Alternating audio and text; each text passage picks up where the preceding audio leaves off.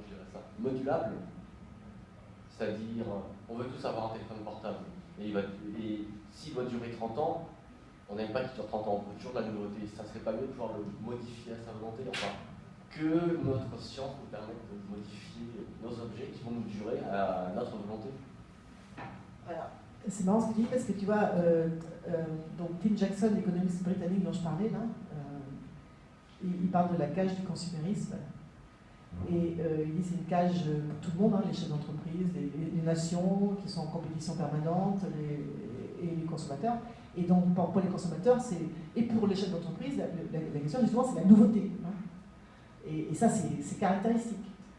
Moi ce qui m'intéresse dans le téléphone portable, parce que j'en ai un, c'est de pouvoir communiquer en permanence. C'est pas, tu vois, moi j'ai fait en sorte qu'il dure le plus possible, mais malheureusement quand la batterie tombe en rade, on m'informe que c'est incorporé dans le machin, alors il ne faut pas le changer, il faut en racheter un.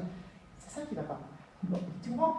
Il faut revenir vers une économie qui est une économie de service, et qui répond à des besoins, mais des besoins réels, pas des besoins qu'on t'a mis dans la tête avec la publicité, de faire croire que tous les 18 mois, il faut aller devant Apple à 3h du matin pour avoir le dernier machin à la mode. Tu comprends ? Et donc, et ça, pour ça, l'éducation est très importante. Et c'est une clé d'ailleurs hein, de cette transition. Je raconte d'ailleurs au Bhoutan ce qu'ils ont fait, parce que pour introduire le Bhoutan dans l'éducation nationale avec le bonheur national brut, donc ils ont transformé les programmes scolaires évidemment. Et moi j'ai filmé une école pilote qui formait les instituteurs du pays, c'est assez étonnant, on était très touchés que le caméraman et l'ingénieur du son, parce que dans ces écoles maintenant, 50% des enseignements, c'est des enseignements académiques, évidemment, les maths, etc. Et puis 50% c'est ce qu'on appelle les life skills. Donc on apprend aux enfants à faire un jardin, à recycler, à rendre service aux personnes déjà âgées, ils sortent de l'école pour ça, etc. Et ben moi je me suis dit, et les enfants ils ont une pêche, excuse-moi, bien meilleure que les gamins. Moi j'avais eu 3 enfants à qui on dit qu'il faut se mettre en concurrence avec tout le monde dès le plus jeune âge, avoir les meilleures notes au début, etc. Donc voilà, tu comprends ce que je veux dire? Alors l'idée c'est on développe. On développe, c'est pas de la quantité, c'est de la qualité. D'accord?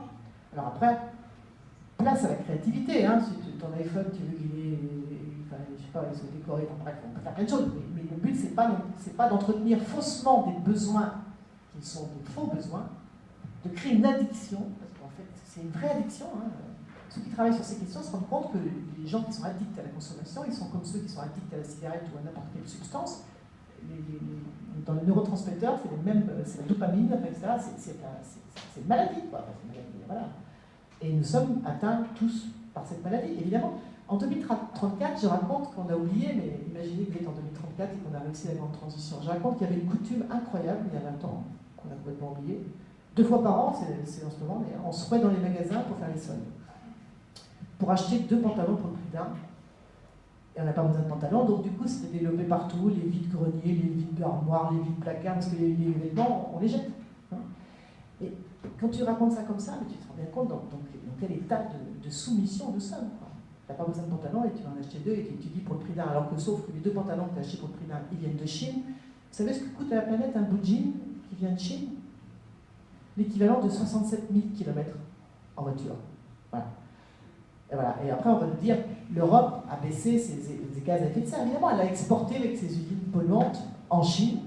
Donc c'est la Chine qui les a, les gaz à effet de serre. Évidemment. Même chose pour le soja transgénique, hein, qui nourrit nos poules, nos vaches et nos cochons. Vous avez vu un rapport de Greenpeace récemment. Eh bien, si nous produisions ces protéines, il nous faut 3 départements entiers. Donc, vous voyez, voilà c'est ça la mondialisation. Hein. Elle ne tient pas compte de ce qu'on appelle dans les économies les externalités. C'est jamais ceux qui produisent les biens qui doivent les payer, ces externalités, c'est nous, la société, on doit se débrouiller avec ça. On doit se débrouiller avec le fait qu'il y ait de plus en plus de cancers, qu'il y a de plus en plus d'allergies, qu'il y a de plus en plus de pollution, qu'il y a de plus en plus, etc., qu'on ne peut plus respirer dans les villes. Enfin, voilà.